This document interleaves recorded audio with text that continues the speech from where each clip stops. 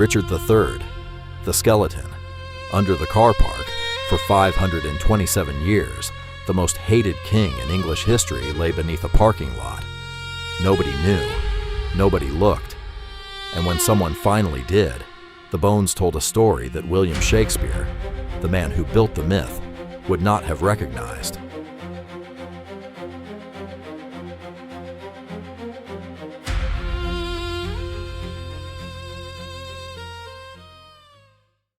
On August 25, 2012, an archaeological team from the University of Leicester sank a trench into a car park in the center of the city. They were looking for the ruins of Greyfriars Friary, a Franciscan church demolished during the Reformation in the 16th century. Historical records suggested that somewhere beneath those ruins lay the body of Richard III, the last English king to die in battle, killed at the Battle of Bosworth Field on August 22, 1485. 6 hours into the dig, they found a skeleton. It was lying in a grave too short for it. The head was propped forward, wedged against the wall of the burial pit. The hands were crossed, possibly bound. There was no coffin, no shroud, no burial goods. Whoever put this body in the ground had done so without ceremony, without honor, and in a considerable hurry. The spine was curved, the skull was shattered, and from the moment that skeleton entered the laboratory, it began to dismantle a narrative that had been running, unchallenged, for half a millennium. For 5 centuries, the world has known Richard III through Shakespeare. He wrote him in approximately 1593, a century after the real Richard died, and created one of the most indelible villains in the English language: a hunchback, a withered arm, a twisted body housing a twisted soul, a monster whose physical deformity was the outward sign of an inner corruption so complete that nature itself had marked him. But Shakespeare wrote under the Tudor dynasty, the dynasty that had overthrown Richard at Bosworth and taken the throne by force. The Tudors needed Richard to be a villain, not merely a defeated king, but a tyrant so monstrous that his removal was divinely ordained. Shakespeare delivered. The portrait was so effective that it became the only version of Richard that survived in popular memory. The play replaced the person, and then, in 2012, the person came back. The identification was a forensic operation of extraordinary precision. Multiple independent lines of evidence had to converge before the University of Leicester could stand before the world's press and say what they said on February 4, 2013. Beyond reasonable doubt, this was Richard III. Begin with the osteology. The skeleton was male. Age estimation, based on the auricular surface of the pelvis and the fusion of the medial clavicle, placed the individual between 30 and 34 years at death. Richard was 32. The skeleton showed severe scoliosis of the thoracic spine, a lateral curvature beginning at the 7th or 8th vertebra, curving to the right, producing a visible but not catastrophic asymmetry of the torso. Radiocarbon dating placed the death between 1455 and 1540. Richard died in 1485. Isotope analysis of the bones and teeth revealed a dietary shift in the final years, a marked increase in luxury protein sources and wine consumption consistent with someone who had recently ascended to the highest level of the English aristocracy. Richard became king in 1483, but bones can suggest. Only DNA can confirm. The genetic analysis, led by geneticist Turi King, extracted ancient DNA using the same contamination protocols applied to criminal forensic laboratories, clean rooms, sterile equipment, every sample handled as though it were evidence in a murder trial, which, in a sense, it was. For comparison, they needed maternal line relatives, because mitochondrial DNA passes unchanged from mother to child across generations, regardless of sex.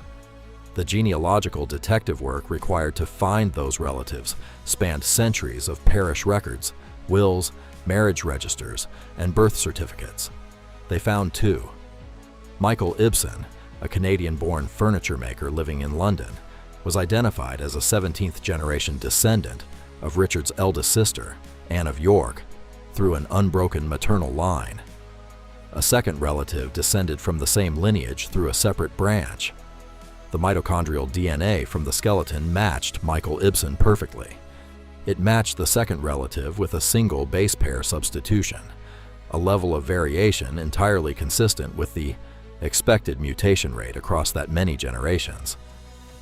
The probability that this was not Richard III, when all evidence was combined, was calculated using Bayesian statistical analysis at 6.7 million to 1. The bones under the car park were Richard. The science was unambiguous, but the science was not finished. The Lancet published the full trauma analysis in 2014. CT scanning and micro-CT imaging characterized every injury on the skeleton, 11 perimortem wounds, injuries inflicted at or near death, with no signs of healing. 9 of those 11 were to the skull. 9. Working with weapons specialists from the Royal Armories, the team matched each wound to a specific medieval weapon. The picture was not a single killing blow. It was a sustained attack. Multiple assailants, multiple weapons, converging on one man's unprotected head. Richard was still fighting when the attack began. His body armor was intact. The absence of defensive wounds on his arms confirms this, but his head was exposed. He had lost his helmet. In a medieval battle, on marshy ground, a king without a helmet was a king already dying.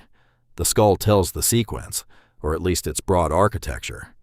2 cranial wounds were classified as potentially fatal. The first was a large, sharp-force trauma to the base of the skull, a slice from a heavy-bladed weapon, likely a sword or halberd, that removed an entire flap of bone from the inferior cranium. The second was a penetrating wound from the tip of an edged weapon that pierced through the skull and into the brain. Either of these alone would have caused death within minutes. But the wounds did not stop when Richard fell. A dagger thrust through the right cheek shows an angle consistent with a body already on the ground, someone standing above a man who was already down, and a wound to the pelvis, a thrust from below, upward through the right buttock, could only have been delivered after the armor was removed, after death, after the battle was over. This was not just killing. The final blows were humiliation. The contemporary chronicler Polydore Virgil recorded that Richard's body was slung naked over a horse and paraded through Leicester. The forensic evidence is consistent. The pelvic wound may have been delivered during that ride, a deliberate, degrading act performed on a corpse. Shakespeare gave him a dramatic last line. The bones suggest something less theatrical. He did not get the horse. He got a marsh, a lost helmet, and a halberd to the base of the skull. The skeleton dismantled the Shakespeare portrait with clinical precision. Richard had scoliosis. That much is true. A right-sided curvature of 70 to 80 degrees. It would have made his right shoulder higher than his left. But the withered arm was fiction. The limp was fiction. The hunched, shuffling gait was fiction. Scoliosis of this type does not affect the limbs, does not impair motor function, does not prevent a man from wearing armor or wielding a sword. The skeleton shows no muscular atrophy, no degenerative joint disease, no pathology limiting physical capability. The historical record outside Shakespeare confirms it. Richard fought at Barnet and Tewkesbury before he was 20. He commanded the vanguard. At Bosworth, eyewitness accounts describe him leading a mounted charge directly at Henry Tudor's position, an act of extraordinary physical aggression that nearly succeeded. He reached Henry's standard-bearer, killed him, and was within striking distance of Henry himself before being overwhelmed by reinforcements. This is not the body Shakespeare described. This is the body of a medieval soldier, with a spinal condition that his armor concealed and his enemies later exaggerated into a symbol of divine judgment. In medieval thought, physical deformity was the outward mark of moral corruption. The Tudors did not merely defeat Richard. They rewrote his body to justify his overthrow. The scoliosis was real. The monster was manufactured. And then the DNA delivered a finding nobody was looking for. The mitochondrial DNA confirmed the identity. That line was clean. But the Y chromosome told a different story. Y chromosomal DNA passes from father to son, just as mitochondrial DNA passes from mother to child. To verify the paternal line, the team identified 5 living men who were direct male line descendants of Edward III, Richard's great-great-grandfather, through the Somerset branch of the family. 4 of the 5 men matched each other. Their Y chromosomes were consistent with shared paternal ancestry, exactly as expected, but none of them matched the skeleton. Richard III's Y chromosome did not match the Y chromosome of his supposed paternal relatives. The implications are precise and unavoidable. Somewhere in 19 generations between Edward III and the 5th Duke of Beaufort, at least one child was officially recorded as the son of one man, but was biologically the son of another, a false paternity event. In the language of genetics, a break in the Y chromosome line. In the language of history, an affair. We cannot determine where the break occurred, not without exhuming more kings. The Y chromosome cannot tell us which generation was the false one. It can only tell us that somewhere in the royal line, the official record and the genetic record do not agree. If that break happened on the Somerset side, after Richard's line diverged, the royal bloodline is unaffected. But if it happened on the trunk, between Edward III and his sons, then the Lancastrian claim to the throne and the Tudor claim that flowed from it was built on a biological fiction. DNA confirmed who Richard was. In the same act, it revealed that someone in his family was not who the records said they were. The same technology that identified the king destabilized the dynasty. On March 26, 2015, Richard III was reburied in Leicester Cathedral. The coffin was made by Michael Ibsen, the furniture maker, the 17th generation nephew, the man whose mitochondrial DNA had confirmed the identification. He built it from English oak with his own hands.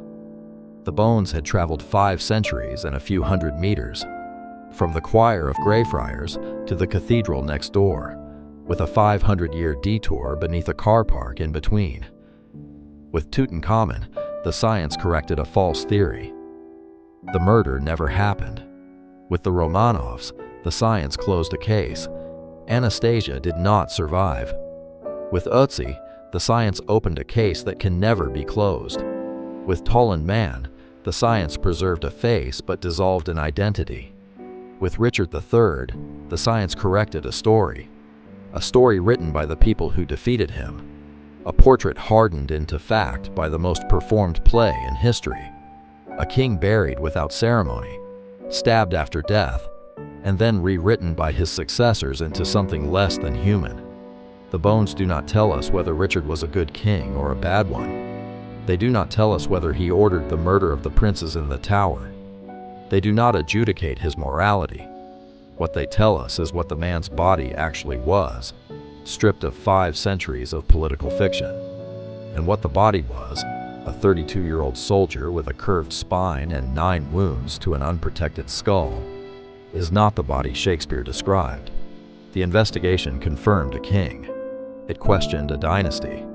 And the instrument that did both, mitochondrial DNA, Y chromosome analysis, CT imaging, radiocarbon dating, isotope chemistry, is the same instrument that identified malaria in the blood of Tutankhamun, matched the Romanovs across 3 laboratories, and traced the arrow angle in the shoulder of a man who died 5,000 years ago in the Alps. The bones do not lie. They simply record. And what they recorded, under a car park in Leicester, was the truth about a king that his enemies had spent 5 centuries trying to bury. They buried him twice. The science brought him back.